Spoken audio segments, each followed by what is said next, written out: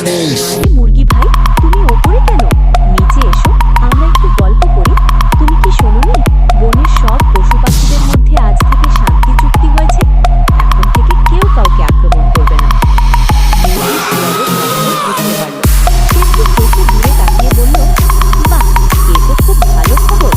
ওই দেখো, একদল শিকারী কুকুর এই খুশির খবরটা দিতেই বোধহয় এদিকে ছুটে আসছে। শিকারী কুকুরের নাম শুনে শিয়ালের বুক ধড়ফড় করে উঠল। সে লেজ গুটিয়ে পালানোর তোড়জোড় শুরু করল। মুরগি অবাক হওয়ার ভান করে বলল, আরে শিয়াল ভাই, পালাচ্ছ কেন? তোমার তো ভয়ের কিছু নেই, শান্তি চুক্তি হয়েছে না। শিয়াল দৌড়াতে দৌড়াতে বলল, ঠিকই বলেছ, কিন্তু কুকুরগুলো সেই চুক্তির খবর পেয়েছে কিনা কে জানে। এই বলে শিয়াল বনের গভীরে পালিয়ে গেল, আর মুরগিটি তার বুদ্ধির জোরে প্রাণে বেঁচে গেল।